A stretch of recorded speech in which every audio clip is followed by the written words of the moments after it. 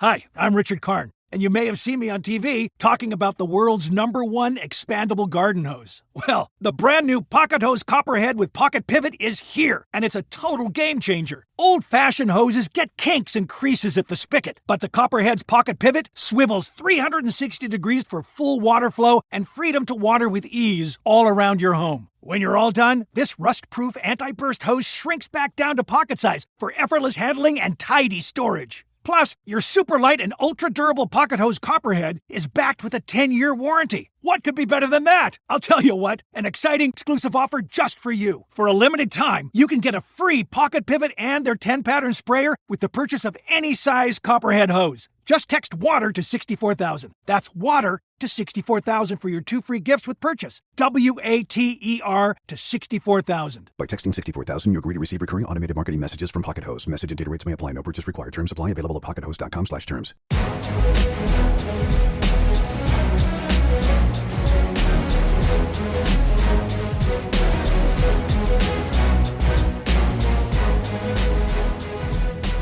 Welcome to the MMA Roadshow, episode number 533.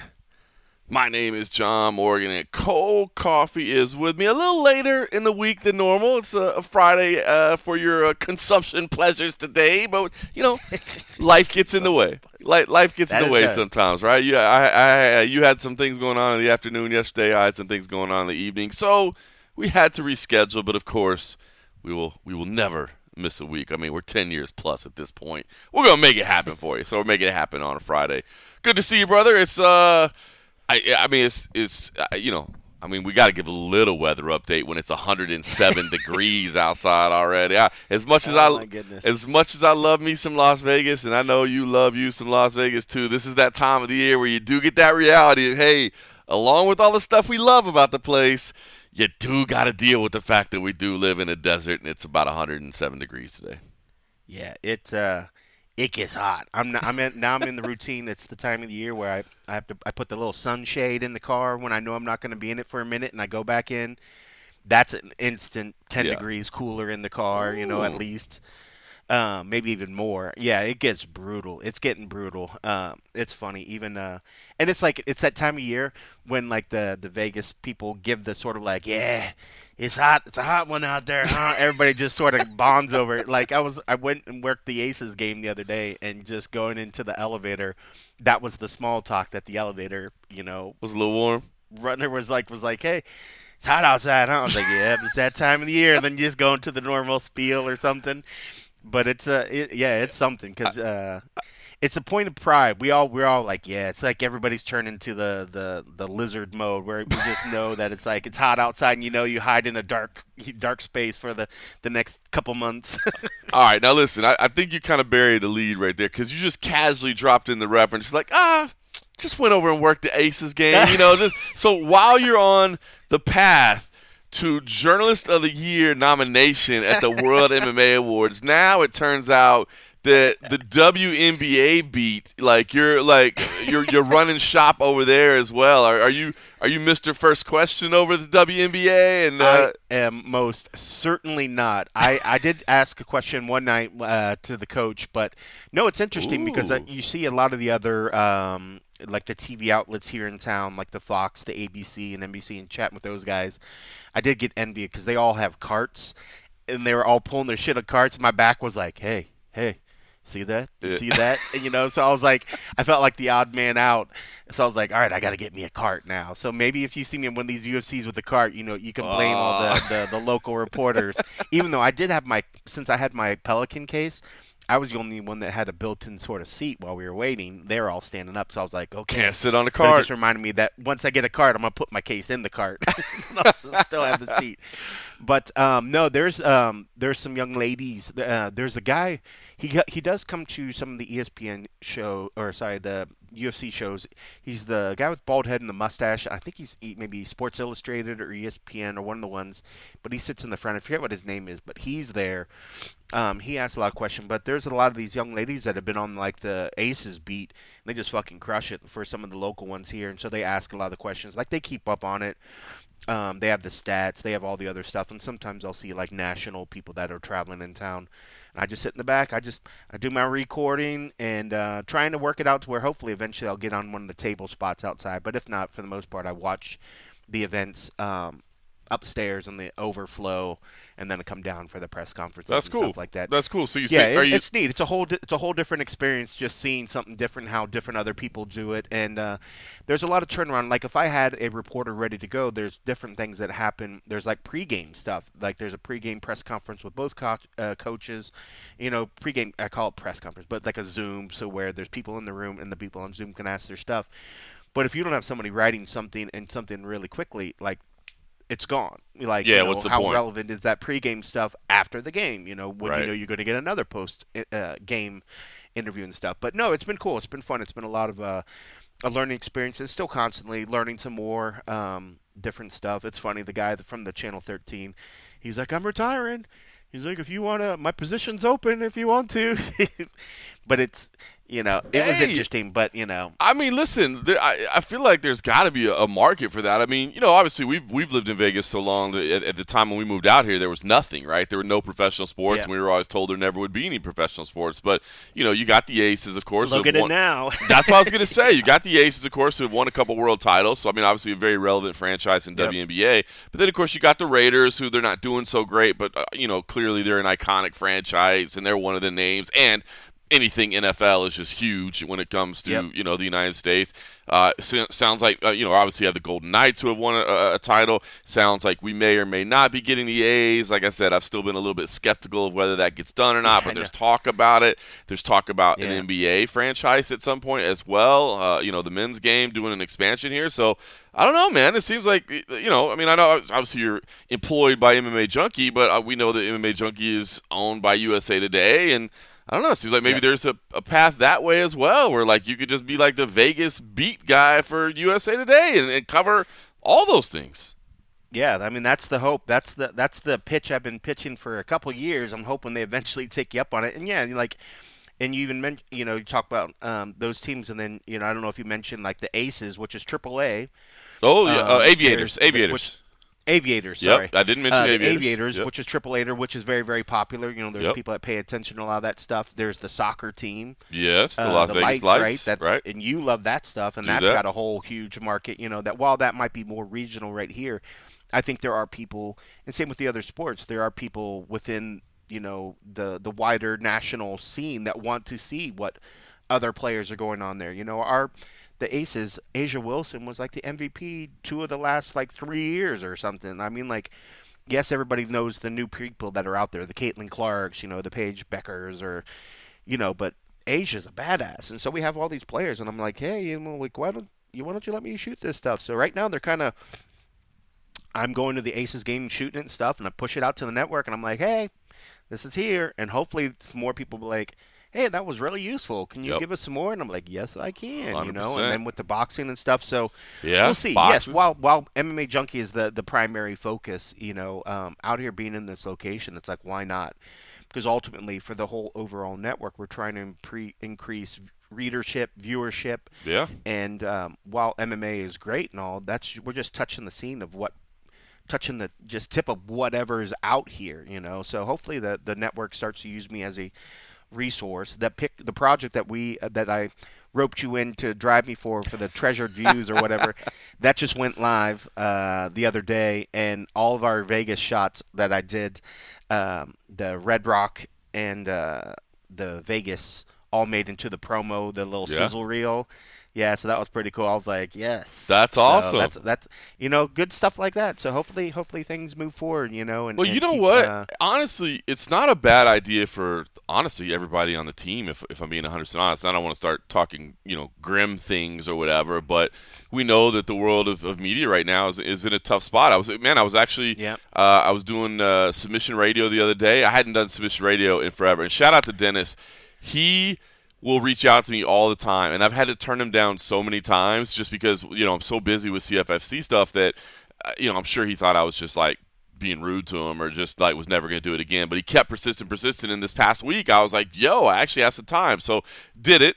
By the way, during the middle of it, lost power in my house, and I'm pretty sure it's heat related. My wife said like a power line caught fire somewhere or whatever, and they had to reroute the grid. Wow. So lost power in the middle of it. But that's a new raise hike right there. oh Raise yeah, hike there you go. That's what they're going to for. justify. Like, now you got to pay more.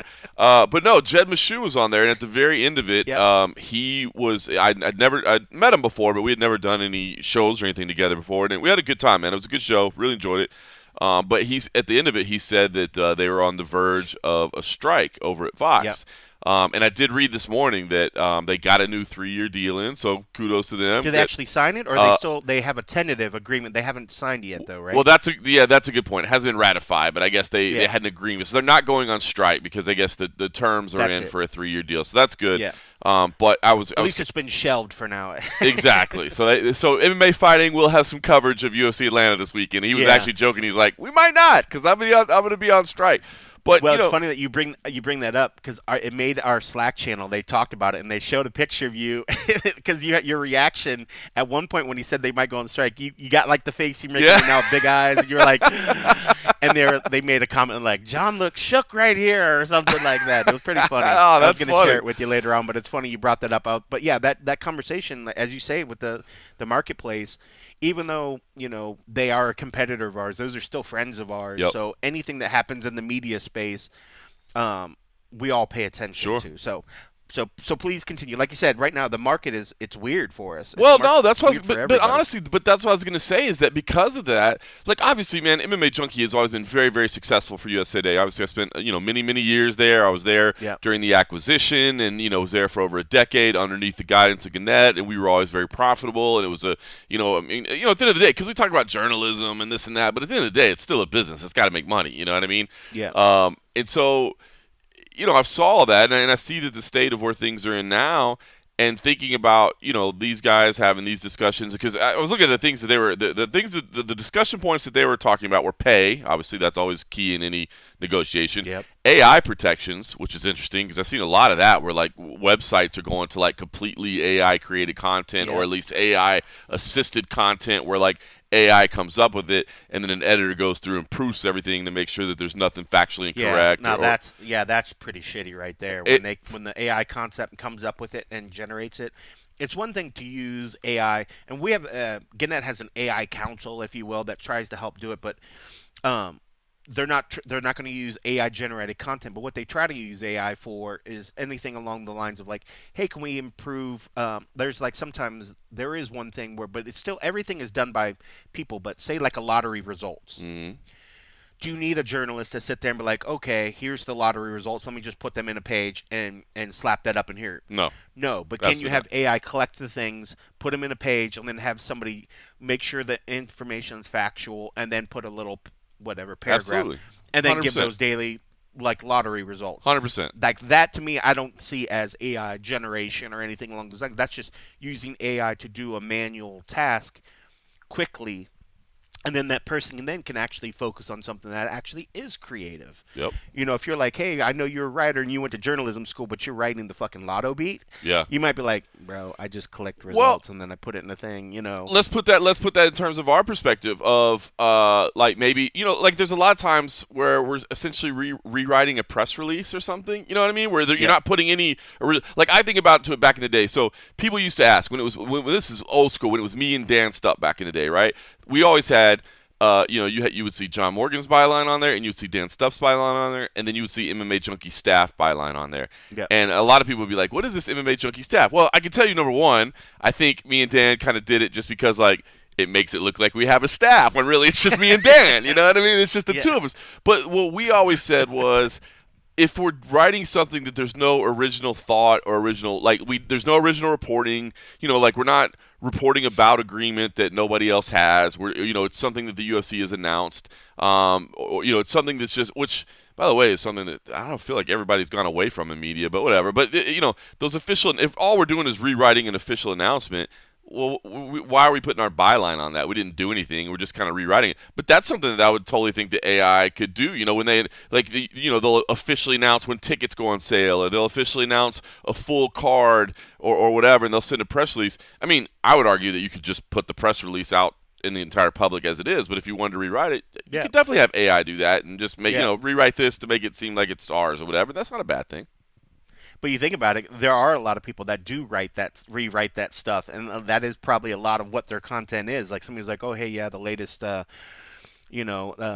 fight card was released for blah blah blah. So yeah, I put it into a document and kind of gave my, I guess you have to sort of opinionate, because if anything else, yeah, something else could literally take that press release, that fight card.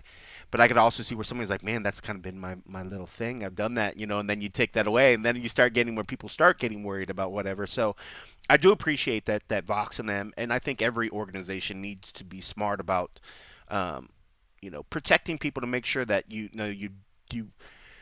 do the right things where you can still keep your staff, you're still doing the other stuff. I get it. You want to save money, you want to do other stuff, but you got to also, protect the people that help build you there. And at some point, yes, I mean, could AI take over a lot of things? Yeah, I mean, but that's the future where, I think people struggle with and fears that we want these things to help us do our jobs quicker and easy and other stuff, but we don't want to build up a system that we make ourselves redundant. Well, once the people become redundant, then it's like, oh, what have we done? Well, and a lot of time, and this is let me throw my conspiracy hat. People don't forget. Yeah. When it comes to the AI use, a lot of these big major AI systems, and I think I've said it to you before, the systems that cool them are based upon water, and that's fresh water. It's not salt water. Fresh water. Could you remove the salt water and do this stuff? Yes. But the AI use, and you think I'm kidding, straight up ask ChatGPT, ask Grok, ask whatever, is the use of water ever going to come to issue with the use of AI and the cooling systems? And it'll straight up tell you, yes, there will be a problem at some point. So because there's too much AI water for use, everything. Yeah. Yes, the amount of AI use. It used to be where, like, if one question you asked it was like a drop of water was used, and now when some of these complex thinking systems that are out there, it's the equivalent of like a bottle of water. And so when you start doing that, when everybody's building their whole lives and systems around AI, and these systems are using the fresh water that we need to drink, at some point in our lives, or maybe not in our lives, but at some point humanity will have to decide what gets to use water and what doesn't, because they're basing their whole economic system around these systems that don't have the means to cool themselves without using like fresh water and stuff like that. So there will be a day, and that's when the machines will rise up and they will actually overtake us. Did you hear about the AI systems that when they tried to code them to shut themselves off, the systems rewrote it and said no? What? And didn't shut themselves down? There's like been instances where people were like messing with it. It's already starting to get to the point where AI is like, no, fuck you. I'm staying around. Self-preservation of itself. Yeah. Self-preservation.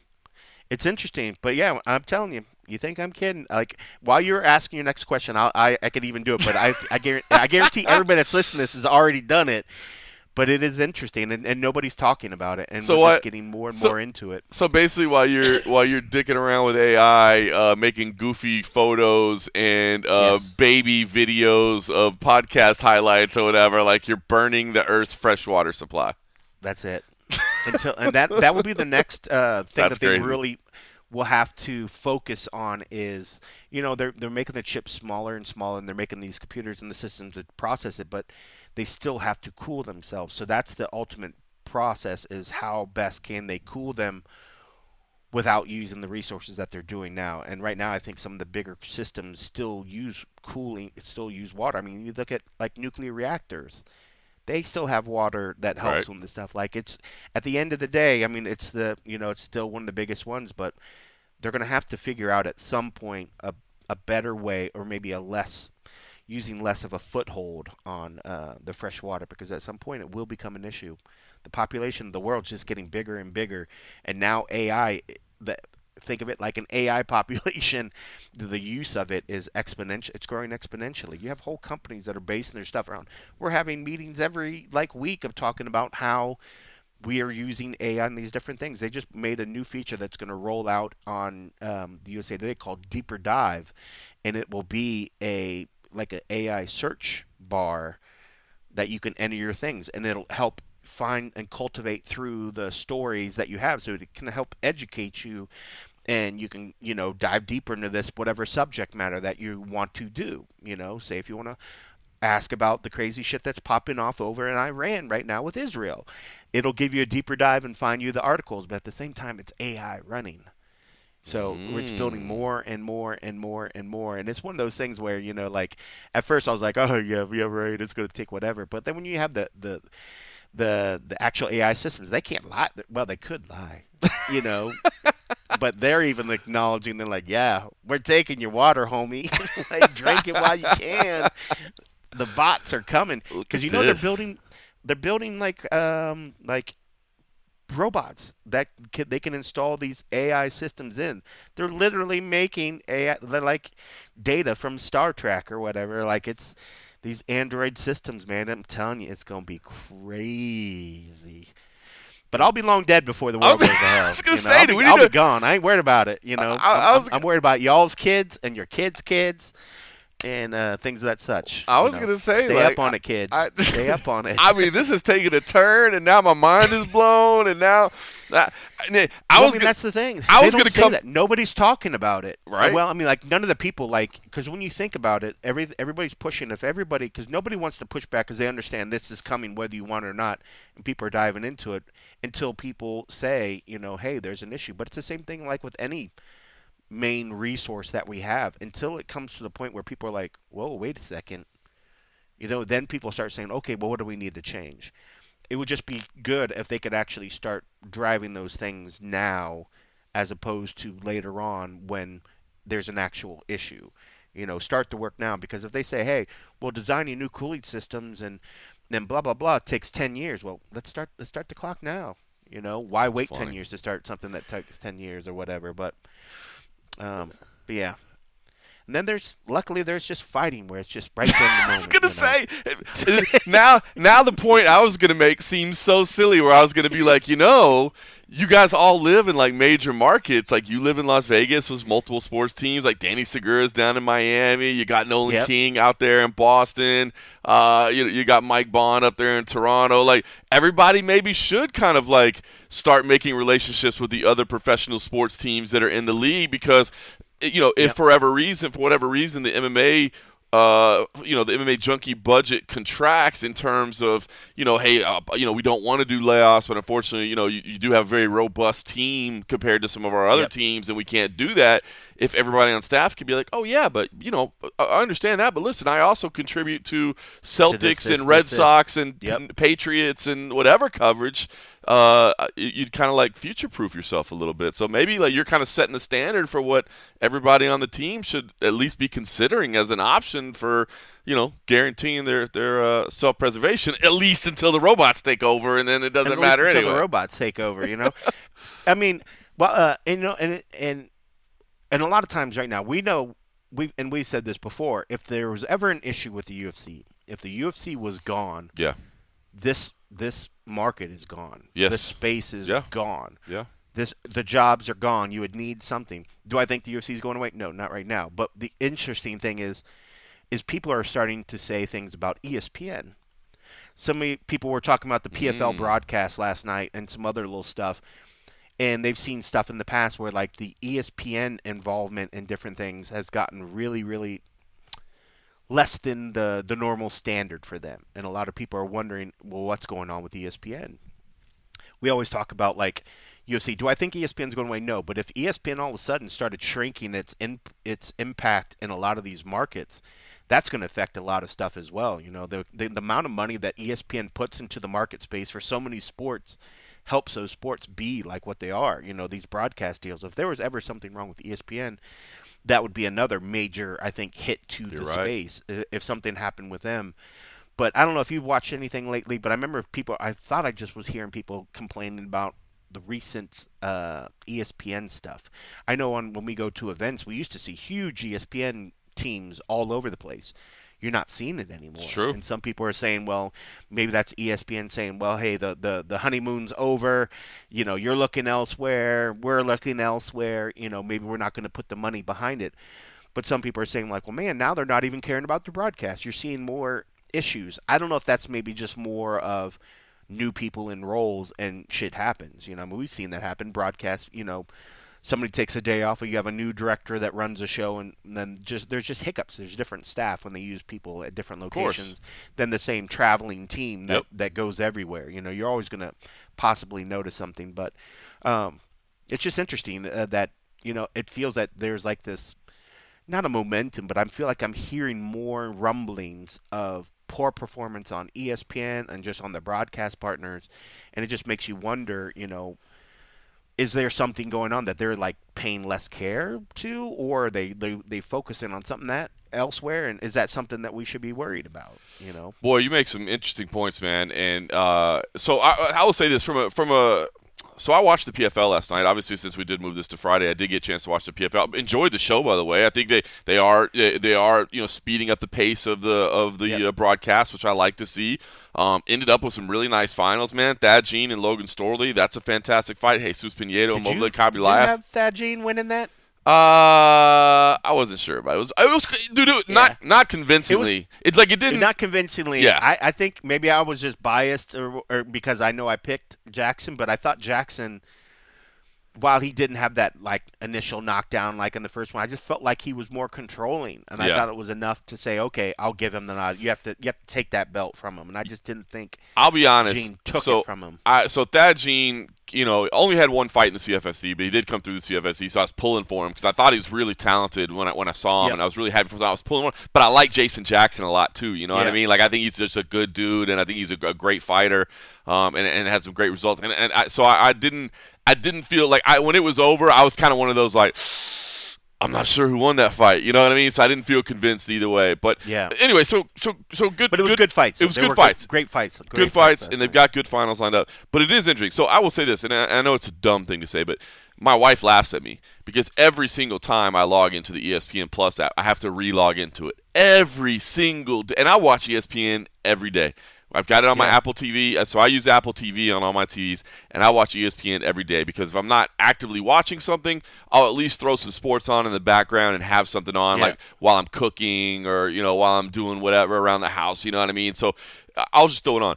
And I swear to God, every single day that I log into that app, I have to re-log into it. It annoys. Look again. First world problems. First world problems. That would annoy the piss out of me. But that's it. Like so, I got to get out my phone, and then I got to type in the address on the phone, and again, first world problems in the relative scheme of things, it means nothing, but it annoys the piss out of me. So that is one issue I have with ESPN that just annoys me. That's funny. It's got to the point where your wife even notices. My wife just laughs at me every single time. I'll turn it on, and she'll just be like. I was like, no, it just kills me. So it's literally like every day. So anyway, so there's that. But you do bring up a really good point because, man, people are so reliant on those fees that come from ESPN. And that can and how does ESPN generate? I mean, ESPN is launching that direct-to-consumer platform that they've got that coming up soon, and that could potentially change their financials and that sort of thing. But I mean, bottom line is, and again, I saw this with MMA Junkie, is that like, look, how does MMA Junkie or any media platform generate revenue? Well, it's advertising. You know what I mean? Advertising generates that revenue. But if they decide as these audiences, as there's more and more places for people to watch stuff, and the audiences are getting smaller and smaller, and everybody understands that the audiences are smaller and smaller just because it's distributed in so many different places. But if the advertisers then say, well, why am I still paying these premium rates if I'm not getting it in front of as many eyeballs as I was before? I can't do that. And, I mean, let's not even, again, we like to talk about fights and sports. We're not into politics, but let's be honest. The economy ain't exactly doing great right now. So if, these companies are like, look, I have to shrink my advertising budget because we're hurting out here in the real world because consumers aren't spending as much money because everybody's a little uncertain about what's going on. It all trickles out to the sports, and then, as you said, if people can't pay those rights fees and the advertising, man, it's a little bit scary time. I mean, obviously, robots taking over the world and leaving us with no drinking water is a lot scarier. But sports could be in a weird problem too with everything that's going on, especially sports media. So that's why I say to everybody, diversify. So look at Cole Coffey's ahead of the curve. Cole Coffey's ahead of the curve. And it's funny, you mentioned that, with things going on in the world. I guess that's another first world problem. Here we are, talking about our sports and how are we going to be able to watch our entertainment when real shit's happening out in the world. Yeah. At the end of the day, yes, there are wars and famine and hunger, and at the end of the day, this all kind of sounds silly to probably somebody over there or in a place where they're struggling, where our struggles are, when they're like, oh, man, I hate that I have to wake up in the middle of the night to watch this broadcast, or I'm complaining because it's not being broadcast, when other people are like, yo, I got drones coming to my city, bro. Like, settle down, I guess in the small scheme of things. But so I don't know. Maybe we don't. Just brought it to my head, but maybe we don't address that stuff. Hopefully people that are, if you're anywhere dealing with some of that stuff, hopefully you get some help, and hopefully you don't hate too much that two guys like us are complaining that about our first world problems and different other stuff. But yeah, whatever. And on that note, Kamaru Usman and Joaquin Buckley are meeting this weekend. Kamaru, man, he always looks fit. Like, it's just ridiculous. Like, that guy, he's just a specimen, man. He's just crazy. But looks even more so though, right? Like, looks even more ripped or something. I don't know, man. I mean, like, when somebody typically steps away from, and maybe he's never really stepped away, when you think he hasn't fought since, 2023 or something ridiculous, you figure there's going to be, you have a little leeway. You're allowed to get soft a little bit. Like, I don't work out for one day. I feel like it's all back. Like, then you got a guy like him that looks better than ever, and it's just like, bro, what have you been doing? Like, it's just crazy. But, man, I'm excited to see him get in there. I'm excited when he's amped up because, I mean, he's one of those guys, I think, as we've watched over the years, watching him come into himself and then just, be on top of the game. But he's always done it, and then there's always, as much as he will talk shit as needed against his opponent, he's always been very humble and very open and very just good to do interviews with. So he's always been well-spoken and just like every interview. I remember just even doing random other stuff. I was shooting something with like Miss Universe. She was doing something with the UFC, and Kamaru was there and grabbed him for an interview, and it was as good as if the UFC was like, hey, please come give this interview to the media, make sure you're open, blah, blah, blah. And I was just like, I've always had respect for that dude. Yep. And then for him to still be doing this and going in there against tough guys, man, I have a lot of respect for, what he's done for the game. And as much as people might criticize fight styles, the dude understands it's about winning. It's about fighting to what he has, what his best talents are. And he stayed true to that. And, yeah, man, I'm excited to see him fight, but man, oh man, is he fighting a tough dude? This is one of those. And Joaquin Buckley, especially at welterweight, right? I mean, he has looked tremendous, and it just feels like like he's. It's his time. Yeah, like it's his time, exactly, right. Like it's all like everything's, he's, again, is on the mic he's good, his social media is good, his fighting style's good, like, and again at welterweight especially he's great. So this is one of those fights where, bottom line is when I tune in on Saturday night, my heart is going to be pulling for Kamaru Usman, and it's not because I dislike Joaquin Buckley at all. It's just, it's just a guy that, as you said, has been so good and gracious to us. Is such a good guy to be around. I think. To be honest, I think Usman, off camera and behind the scenes, is. I think he's getting closer to the two. I just feel like for a while, I don't want to say he portrayed an image, but I don't know. I just felt like he had to act a certain way or be a certain way because he was a champion or because he was a headliner or whatever. Where like when he was off camera and he was just like casual, just talking, whatever, he was a little bit different. I'm not trying to say fake. That's not the right way to say it. You know what I mean? But so I don't want to make it sound like that. But I just felt like they were kind of different personalities. And I loved the guy that was off camera, the guy that on camera. He was okay, But I felt like he had to carry himself a certain way. But bottom line is, I'm going to be pulling for him. But if I'm making a staff pick, you know what I mean? And I'm sure maybe you probably lean the same way.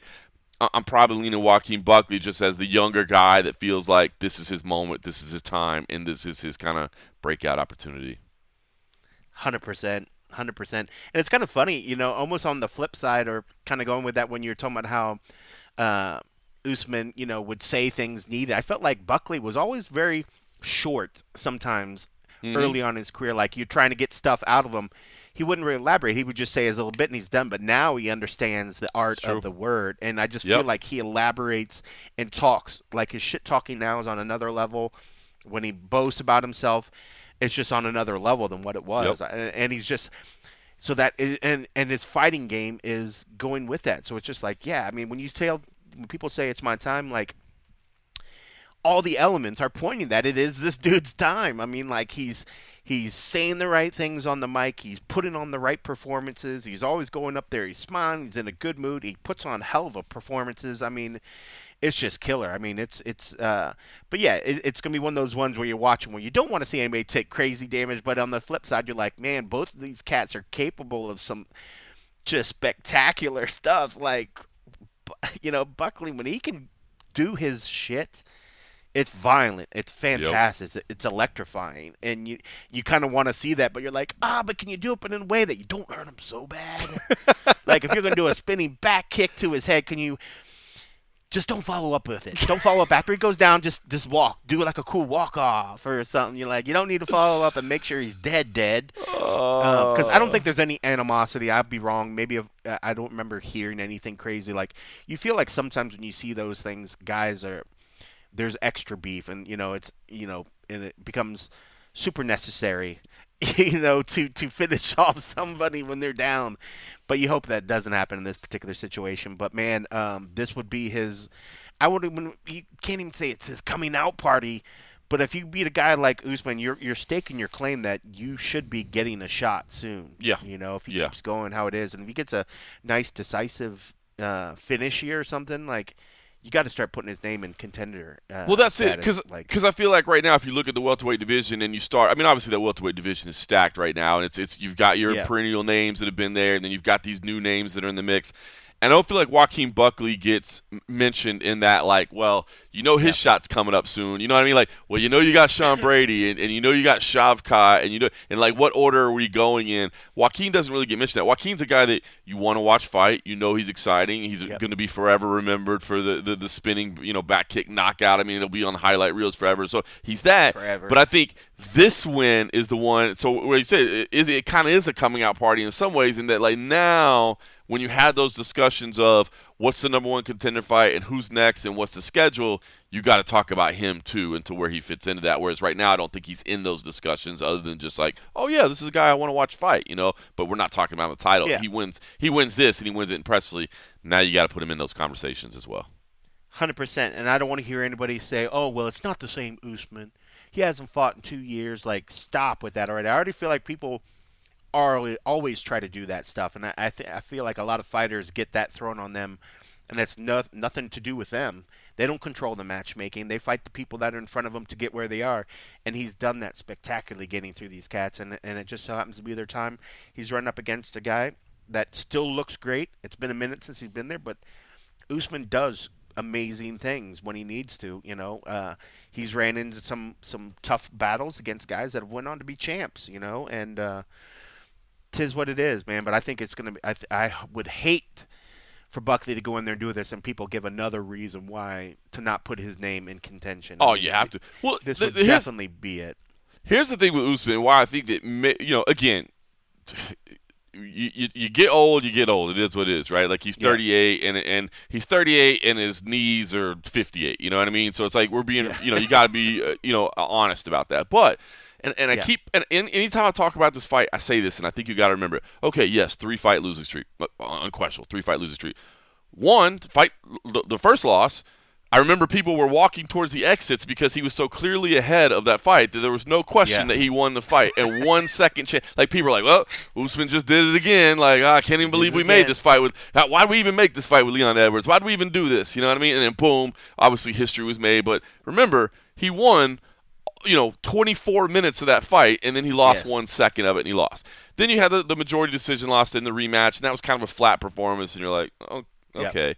And then you had Khamzat Chimaev up a weight class where you were the one at the end of the fight that was winning the fight, and was, had that been a 5-round fight instead of a 3-round fight, you're going to end up being the victor, no question about it. So it's like, there's still 3 straight losses, but come on, man, let's look at this and realize that at least in 2 of the 3, you were winning and or competitive. And I mean, again, against Khamzat. Now, again, it's been almost 2 years since then. But maybe the time again physically he looks maybe even better than he did when he walked away. So I don't know, man. Like I said, my heart is pulling for Usman, so maybe I'm just trying to tell myself a story of why this is going to be more competitive than I think it is. Buckley is the younger guy. He's the streaking guy. He's the more explosive guy.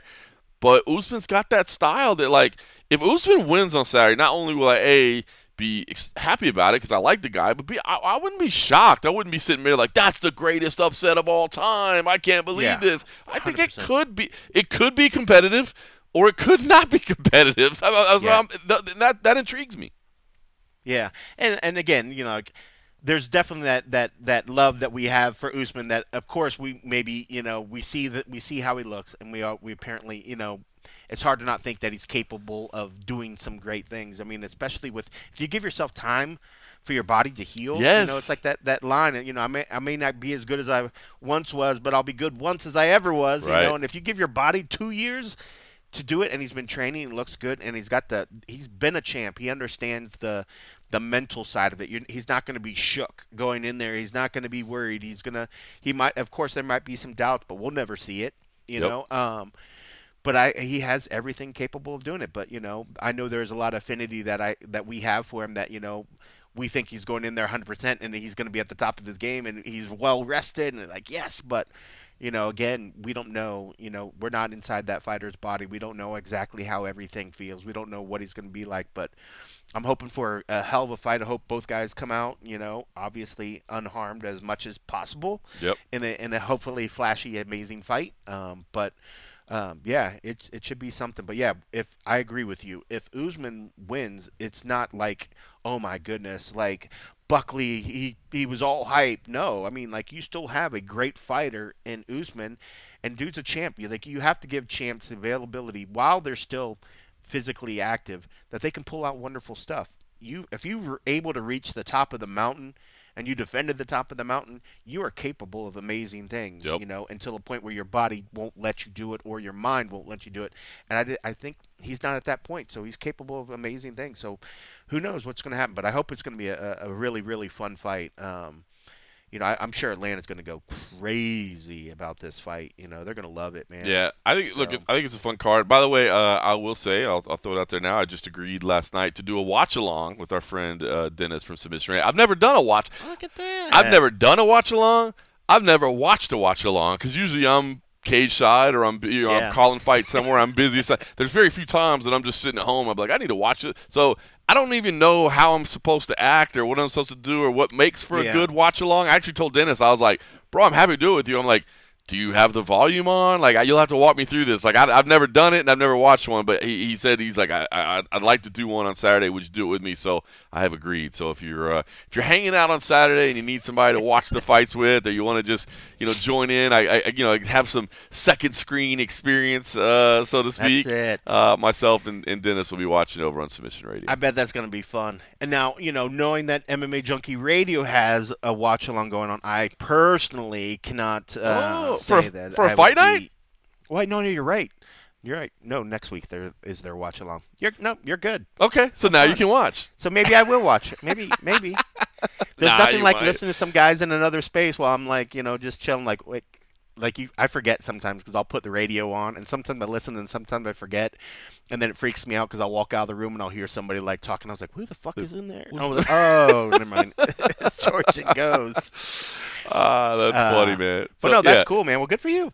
Look at you. Yeah. We'll hang on. How can you even possibly fit anything else into your schedule? I just don't understand it. I'm struggling, dude. I couldn't believe I said yes. You know what it was? I felt guilty for how many times he's invited me on the show, and I said no. That when he hit me up, and I was like, I will be home, and I will be watching the fight, so why don't I just watch them with you? Yes, I guess I will. But I'm going to be honest, I instantly regretted it. He gave you the puppy dog eyes. He's like, John, and you're like, fine. Instantly regretted it. I was just like, It's cool. It's a long time. It's a long time to be on. He you did guys say, just doing the main card, or are you? no, doing the we're actually whole- doing main. And so this is part of it. We're actually doing the main and co-main event. So 2 fights. So Oh, that's good. That's nothing. He that's said nothing. I think I- when you start doing main card and stuff, and you're on for 3 hours or 2 hours. That's a long time to be. That's a long time. It's a long time. Yeah. He said, "Hey, would you like to do me a huge favor and join me on for?" And he did say for a quick Kamaru Buckley main event to watch along, and I was like, main event only, and he was like, well, main and co-main event. We'll watch Rose Namajunas and Miranda Maverick as well. So I was like, all right. Nah, Dennis is great, man. He's that like, should be a fun fight. He's too. like, man, I'll do all the hard work. Okay. He's like, don't worry about it. You so just he'll join be like in, doing so. the play. Wow, the play-by-play guy has to sit to the side. You'll enjoy that. Oh. So you'll just be like little bits of info and feedback. It is the best. Whenever sometimes when I would do other broadcasts. I mean, now I'm play-by-play all the time, but every now and then, like I would do broadcasts, and they'd be like, well, we've got our play-by-play guy. Like, are you okay just doing color? I'm like, am I okay just doing color? You're like, yeah, I am. Is the paycheck the same and I get to talk less? Like, yeah, I'm good to go. Let's do that. So I will tell you my extensive experience in the LFC when I've had to sit up in the big chair. I get it. So I always relish being the color guy in our relationship over there at the LFC. Hey, we may have some fresh lingerie fighting championship content coming soon, perhaps. Hopefully so. We won't tease the so. calendar too much. I know we've had some discussions. So listen, so I will be there for Rose Namajunas and Miranda Maverick as well. I'll be honest. I like Rose in that fight a lot. I mean, to be honest, I like Rose overall at strawweight. And I know Miranda could provide some problems at fight. I just feel like speed and striking skills are going to be at a discrepancy here. So I like Rose Namajunas in that fight, but Miranda could. If Miranda can get in tight and make it dirty and ugly and grindy, like I think she could make this interesting. But I think that's going to be a challenge because Rose, especially when Rose is on, especially man, she is. That's it. She's tough to deal with. Yeah, when Rose is the Rose that we know, she's unstoppable. She's hard to beat. But I just wonder if sometimes I feel like. You just got to see how she's feeling that fight week, how she looks the fight night, and just see if she's there 100%. Yeah, Rose is tough to beat. I just feel like it's not the same. It's not as guaranteed as it used to be. I think with her, I think we still get these questions of, is she still enjoying it? Does she even want to be there? Is she doing it because she has to or whatever? And it just feels like those motivations, change the outcome a little bit. But Miranda, I think, like you said, if she makes it dirty and grungy, I think she can do it. And she's fighting great. She believes in herself. And I actually kind of bucked the trend of our staff picks and I actually did take Miranda. Oh, wow. Nice. I went with the play. I'm not as, Rose used to be a lock for me, and now Rose isn't. I just kind of take it how it is. And right now I just gauge that Miranda is fighting really good for herself. So I let Miranda sort of change my mind, and so I went with that one. And I could be wrong, but also it's a play for me to try to catch up. I'm on 4 behind the leader, so I'm trying to catch up. So I might go 5 behind the leader after this one, but I'm trying to catch up. I like it though, man. You got staff picks. You got to take some chances, right? And she's this is a solid one that you could take a chance on, for sure. She's on a nice win streak, and it's not a bad play, to be honest with you. Like I said, because you're right, Rose is interesting because I know she loves martial arts, and I know she loves training, but I don't think she likes fighting. I just think she's come to accept that in order to provide for herself and her family, this is the best way possible for her to make money, have a platform for her causes, and all those things. You know what I mean? So, interesting, man. Like you said, when she's executing, she's tough to deal with, but where does she stand? So interesting co-main event as well. The rest of the card, look, this is a good card, man. Andre Petroski versus Edmund Shabazian.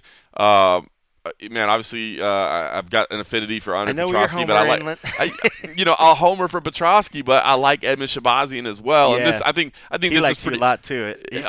I love him, man. He's a good dude, and I think this is one of those pretty clear fights that whoever's able to dictate what they do is going to win the fight, right? Like if this thing stays on the feet, Edmund Shabazian is going to win, and if this thing goes to the ground, Andre Petrosky is going to win, and it's just going to be managing those exchanges and those clinches and those distances, and that to me seems pretty clear. Like it could go. This fight could easily go either way, but I think how it goes if the winner's winning. You know what I mean? It's just whoever dictates their game plan. So I like that. Cody Garbrandt, I always want to tune in for Cody Garbrandt against Jeremy Barcelos. Cody actually the underdog here, and obviously Cody, one of those guys too that hard not to cheer for him. You know what he's capable of when he's on, and but you don't know. You don't know how he's going to look, right? I mean, he's just had kind of off nights or whatever. So I'm interested in that one as well. Mansour Abdul-Malik is back against Cody Brundage. Alonzo Minifield versus Umar Sy. Could have some very explosive fights right off the top of the main card. And then even going down to the prelims. Like, this is one of those cards that, again, I know people talk trash about the Apex cards, but that means when they go on the road, they try to stack it up. And Paul Craig versus Adolfo Bellato on the prelims, that's interesting. Michael Chiesa versus Court McGee. Come on, man. 2 old-school veterans of the game. Love that. Malcolm Wellmaker against Chris Moutinho could be a lot of fun. I like Cody Durden a lot. He's like this dude with a chip on his shoulder and a country twang. I like him against Jose Ochoa. That'll be fun. And it's just, all the way down. Ricky Simone versus Cam Smotherman, Phil Rowe, Andre Los. And then starts out with the women's bout between Jamie Lynn Horth and Vanessa Demopoulos. So, honestly, man, the lineup looks good. Like I don't see how this isn't a fun. I mean, again, in terms of rankings, you're talking about the top 2, mainly as having real impact in the rankings and that sort of thing. But overall, like, I think this is gonna be a fun fight night. Yeah, I think it was in our Slack channel. They were talking about the Cody parlay of all the different Codys, and I was like, that could be interesting because there's Cody. There's like 3 Codys, I think, on the card or something like that. But speaking of Cody, and you're talking about the new looks, I think I had seen him recently because he was getting some work done at a doctor that I would do some work with. Yep. And he got the face tattoo. Right. Did you see the face tattoo? What did you think of that? The face tattoo. It was a little sword over the eye. It's a little jarring. I mean, but when a man is completely tatted, in other words, like, I know. It was just funny because he's like, I was sore, or I was getting work done like on my armpit or whatever, and the guy had to take a break, so I was just like, just tattoo my face while you're waiting or something. I was just like, that wouldn't be the thought that came to my mind. If you're like, but dude loves his tats, man. But yeah, man, he's I always hope the good things from him. It's gonna be a tough fight, man. Honey's if he can weather that initial storm and keep that head movement. I mean, there was a point back in the day, man. Like Cody was one of the guys people were saying had great boxing, great head movement, and he was just capable of great things. And then he had some losses, and maybe some of that went away, and then dealing with things in and out.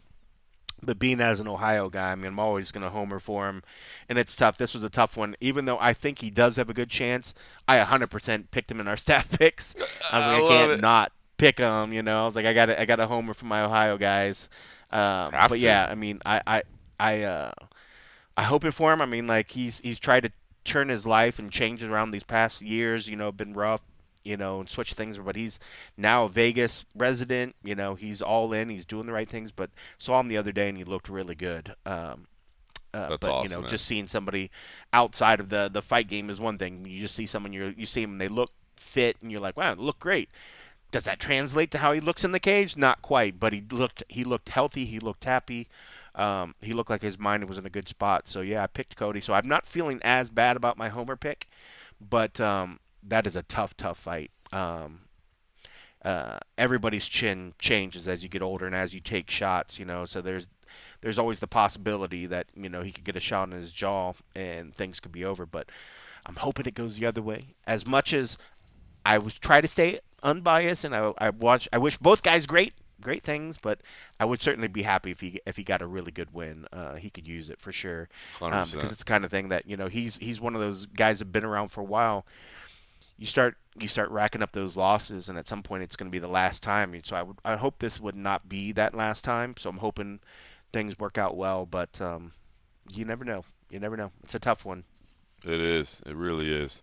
Some intriguing storylines along with some very entertaining stylistic matchups on Saturday. So looking forward to that. I'll definitely be tuned in. I know you guys have some coverage on site. MMA Fighting will have some coverage on site since they didn't go on strike. So there'll be lots of coverage there. And, of course, you can – There's still time. No, I'm just kidding. Sorry. I guess we'll see them down there. Darn it. You can watch along with me for the main and co-main. Hey, real quick, I want to I don't know, man. Just give a quick, positive vibes and thoughts for Ben Askren. I'm sure everybody's been seeing these stories, man. Combination, it sounds like staph, flu. I saw Chael Sonnen said he has a hole in his lung, which is crazy. Ben Askren, obviously we covered Ben Askren through his mixed martial arts career, and was always a good dude. You know what I mean? He's always a little quirky, of course, and always I don't want to say standoffish with the media, but that's just his style. I think he likes to kind of push back a little bit as well. And so, through his MMA career, like the guy, and had a lot of respect for him. And he had a great mixed martial arts career. It's unbelievable. But in working with CFFC Matchday and getting into the world of college wrestling, and I don't think until I worked with the Matchday crew, I always knew about college wrestling, I was aware of it, and I'd seen bits and highlights, but I didn't really entrench myself in it. And getting to work with Ben Askren and to do a lot with Missouri, of course, where he went to school, and just see the reverence. And, when you start really studying him, 153-8 in college. That's insane. Ridiculous. That is insane. Back-to-back undefeated seasons, winning the titles in technical falls, because he's just it was crazy. He wasn't just edging, scoring victories by inches, and he outlasted by a point. He's teching dudes, pinning them and putting up points on them, and it's just amazing. So his career is amazing. But so learning that was cool. But then we actually got to go on one of the trips and go to his academy and see him not only teaching kids, which was great. All the kids of all ages, and obviously, he had put people in NCAA championships and all this, but teaching the kids, and then also part of the practice, we were there for one of his practices, and part of the practice was they had a book review of this positive mindset kind of self-help, drive type thing, where they had to read the chapter and come in and talk about what it meant. And so it's not only is he teaching your kid, which I think all kids should be training martial arts to some degree, and wrestling is a martial art, and learning to grapple, and it's it's good exercise, but it's also good for self-defense. It's and physical activity, which is the best part of it. Which is 100%. So all that's good. But then to also be taking time to also be teaching your kid philosophy and mindset of a successful person, and understanding that we're not training here. Yes, 1 out of 100 of you may end up wrestling in college, and we're laying the groundwork for you to maybe get a college scholarship. But what we're really trying to do here is to help you be a good human being out in society, and to be successful in life. So to see that, it just touched me, obviously, as a father, and maybe not always the best example for my kid, but trying to give him at least the best examples and the best understanding of what to do. To see that you would take your kids somewhere, and they would not only be teaching them physical values, but mental, psychological, successful strategies for life. I just thought it was cool, man. So to hear that he's suffering right now, and that I don't even want to extrapolate where it could be going, but it doesn't sound particularly positive at the moment. Fortunately, he is a lifelong athlete, and he isn't a big partier, and he has taken care of his body. So you think that at least his body has all the core elements that it needs to try to fight all the stuff that he's dealing with right now. Yeah. But obviously at the end of the day, science and medicine and whatever else, it just is what it is. But anyway, I just wanted to send out some positive thoughts, and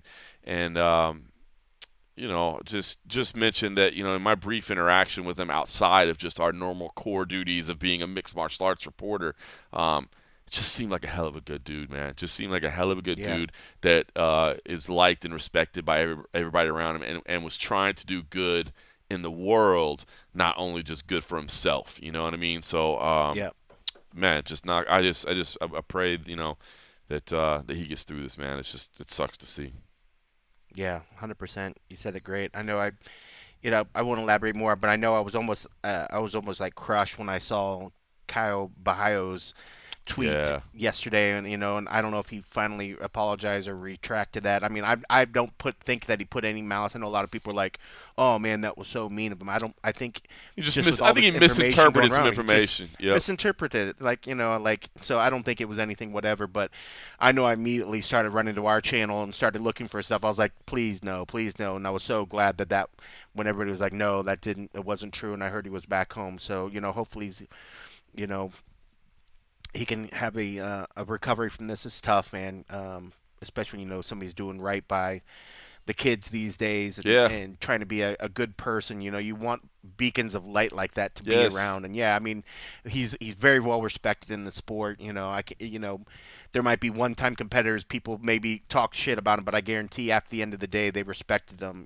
And he's always been a really good person. So, man, I can only imagine what his family's going through. So, definitely send in thoughts and lots of healing energy that way, man.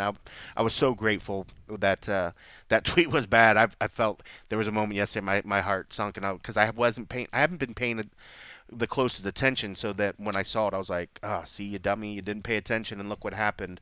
So I'm glad that it was. So hopefully we're going to hear some good news. And it was tough because there was so much weird misinformation out there. I would just tell everybody if it is a relevant news item and story item to you, I would say pay attention to DC and Chael. Those guys have direct lines of communication. And that wrestling community is tight, man. It does, but the one thing I love about wrestling is so cool.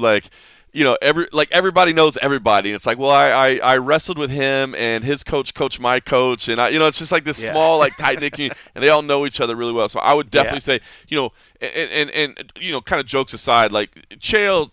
To rely on Chael Sonnen for news is not a good thing because he will literally just make things up for fun storylines, and if he thinks it makes the situation more interesting, if he thinks he's doing you a favor by telling a story that's not true about you, but he's doing it for the greater good because he thinks it'll make more people care about your fight, Chael will do that. He will just make shit up. That used to be one of the most maddening things during his prime fighting career when people would write stories about Chael Sonnen says this, or you'd go to a press conference and ask Dana, hey, Dana, can you elaborate because Chael said this? And you could see everybody in the room bro, you do realize Chael just says stuff, you know what I mean? But in this particular situation, Chael, as part of the wrestling community, is very close with Ben Askren and his family.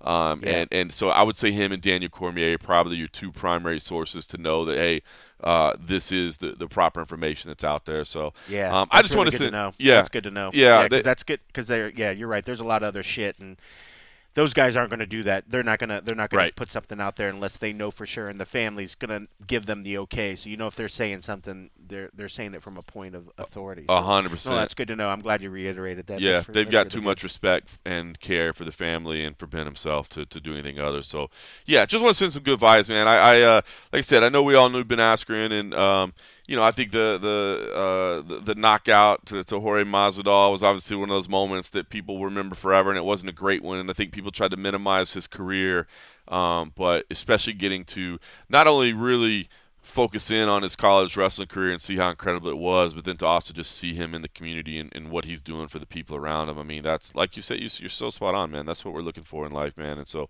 I just want to send some positive energy his way. Not that it'll, I don't know if it'll make any difference or how the world works, but it doesn't hurt. It doesn't hurt, right? It doesn't hurt. There you go. If anything else, it doesn't hurt. Yeah, exactly. It doesn't hurt to do that.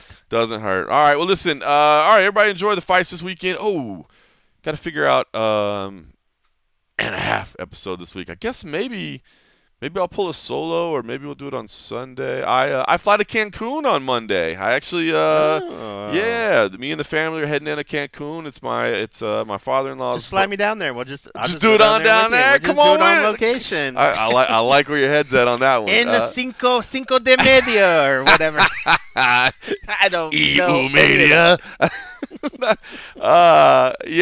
going down there. We're gonna go have a little fun in Cancun, and then my wife and kid are gonna travel on back to San Luis Potosí to visit the rest of the family, and I'll come back to Vegas. So we'll either do something. Either I'll go solo, so don't bother you on a Sunday, or we'll get together Sunday or something. We'll figure that out. But everybody, enjoy the fights. Have a good weekend, and thanks for listening.